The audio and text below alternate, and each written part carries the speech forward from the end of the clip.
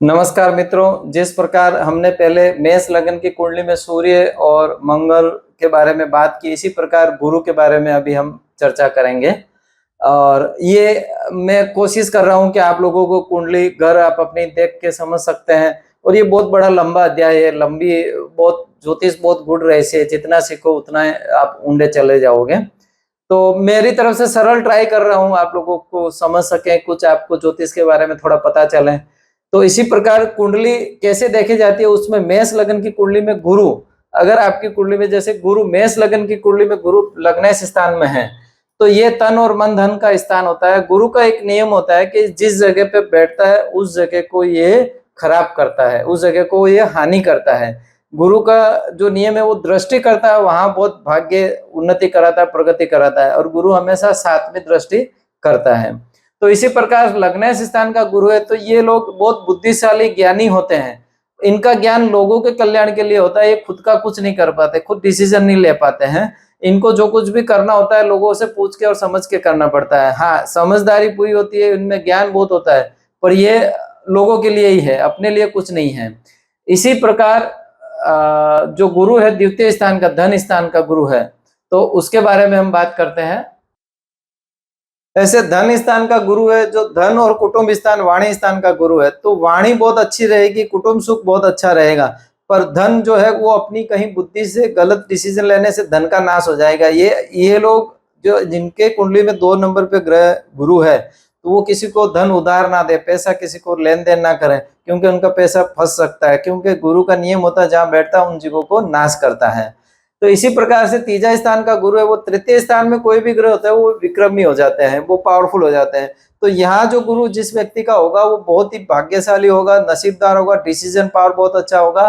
वो एक अच्छा व्यक्ता, अच्छा पत्रकार की लाइन में होगा और अच्छी व्यक्ता भी होगा। उसके अंदर इतने अच्छे पावर होंगे कि बहुत लोगों को कंट्रोल कर सकता है। तो तृतीय स्थान का गुरु बहुत बलवान होता है। चौथे स्थान का जो गुरु होता है स्वगृह उच्च का गुरु होता है, तो ये स्थान पे गुरु आके बहुत बलवान होता है। ये माता का सुख अर्थात माता, भूमि, वाहन का सुख बहुत अच्छा होता है। यहाँ पे जो गुरु होता है वो व्यक्ति अच्छा ज्योतिषी मार्ग बनता है, अच्छा पत्रकार बनता है, अच्छा वक्ता बनता है, प्रिंसिपल, लेक्चरर, टीचर, अच्छे आईएएस आरएस के बंदे, न्याय क्षेत्र से जुड़े बंदे, ये लोग जो चौथे स्थान पे गुरु होता है वो अच्छे पद पे स्थापित होते हैं। पंचम स्थान पे जो गुरु होता है वो विद्या अभ्यास में बहुत पढ़ाई में बहुत पीएचडी तक, डॉक्टर तक पढ़ाई करने वाला होता है। हाँ, संतान में उसके बाधा होती है, संतान कभी कभी उसके बहुत तकलीफ से होती है, मुश्किल से होती है। तो ऐसे लोगों को ओम गुरुवे नमः की माला जरूर करनी चाहिए।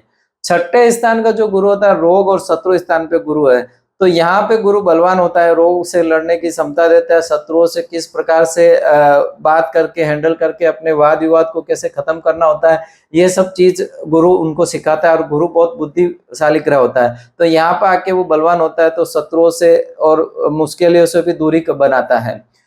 सप्तम स्थान का गुरु है, यहाँ आके गुरु थोड़ा सा नीच का होता है और पत्नी स्थान का बनता है। अगर लड़की है तो पति और लड़का है तो पत्नी स्थान। तो यहाँ पे विशेष तौर से थोड़ा सामने वाली कुंडली देख के शादी करनी चाहिए, क्योंकि यहाँ गुरु होने के कारण थोड़ी समझ शक्ति में फर्क होता है, या किसी प्रकार के जनरेशन गैप रहते हैं, पति पत्नी के बीच में थोड़े मन मुटाव होते हैं। कभी ऐसे विवाह संबंध हमने टूटते भी बहुत देखे हैं, भगवान ऐसा किसी का ना करें। अष्टम स्थान का जो गुरु होता है वो आयुष स्थान का होता है, अकस्मात स्थान, मौसाल, ननियाल, ससुराल पक्ष में, वहां पे मान सम्मान प्रसिद्धि बहुत दिलाता है गुरु। ससुराल में भी अच्छे मान मिलता है, अच्छा सम्मान मिलता है। इसी प्रकार से गुरु जो है राजनीतिक क्षेत्र में भी अच्छी साख बैठाता है, अपने आसपास के एरिया में बहुत फेमस से प्रसिद्धि दिलाता है, थोड़ा सा मान सम्मान मिलता है। पर गाड़ी ड्राइविंग अच्छे से करें, और उनको कफ, ब्रोंकाइटिस, श्वास संबंधित कोई बीमारी थोड़ी सी हो सकती है, तो उसके बारे में थोड़ा ध्यान रखें। नवम स्थान, यहाँ स्वगृह धर्म स्थान और भाग्य स्थान पे गुरु स्वगृह हो जाता है, तो धर्म में बहुत बड़ा रुचि रखने वाला होता है, बहुत बड़ा धर्म ज्ञानी, बहुत कथावाचक, बहुत अच्छा संत बने, अच्छा लेक्चरर बने।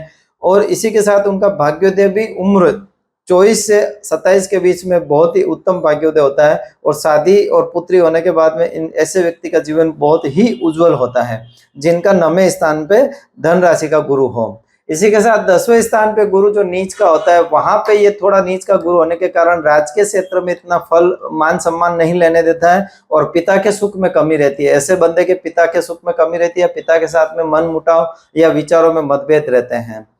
और 11वें स्थान का जो गुरु है वो धन स्थान, त्रिकोणीय स्थान कहा जाता है, वहां लाभ स्थान है। यहाँ पे गुरु अडलक लक्ष्मी और धन का लाभ देता है। ऐसा बंदा शेयर सट्टा, शेयर मार्केट और कमीशन बेच के धंधे से और अपनी वाणी से, अपने एडमिनिस्ट्रेशन से, अपने सुपरविजन से बहुत अच्छा नाम, बहुत अच्छा पैसा, प्रसिद्धि कमाता है, अच्छी कंपनी और अच्छी को हैंडल करता है ऐसा बंदा। और इसी के साथ में जिसका स्वयं 12वें स्थान में गुरु है तो वो बहुत धार्मिक यात्रा करता है, बहुत बाहर के देश विदेशों की यात्रा करता है, ज्ञानवर्धक यात्राएं करता है, धर्म के जुड़े हुए यात्रा करता है, अपने वडील लोगों, आसपास के लोगों को धार्मिक यात्राएं करवाता है। तो गुरु बहुत बलवान होता है, कुंडली के अंदर सबसे अच्छा गुरु बलवान होना बहुत जरूरी है। तो मेष लगन में 12 घर में गुरु का क्या प्रभाव है ये हमने आपको बताया है। तो कोशिश की अच्छे से समझाने की। अगर कुछ समझ में ना आए तो आप हमारे बायो में दिए गए नंबर पे आप कॉल कर सकते हैं और हमसे जैसी जानकारी चाहिए वो भी आप ले सकते हैं। जय श्री कृष्ण।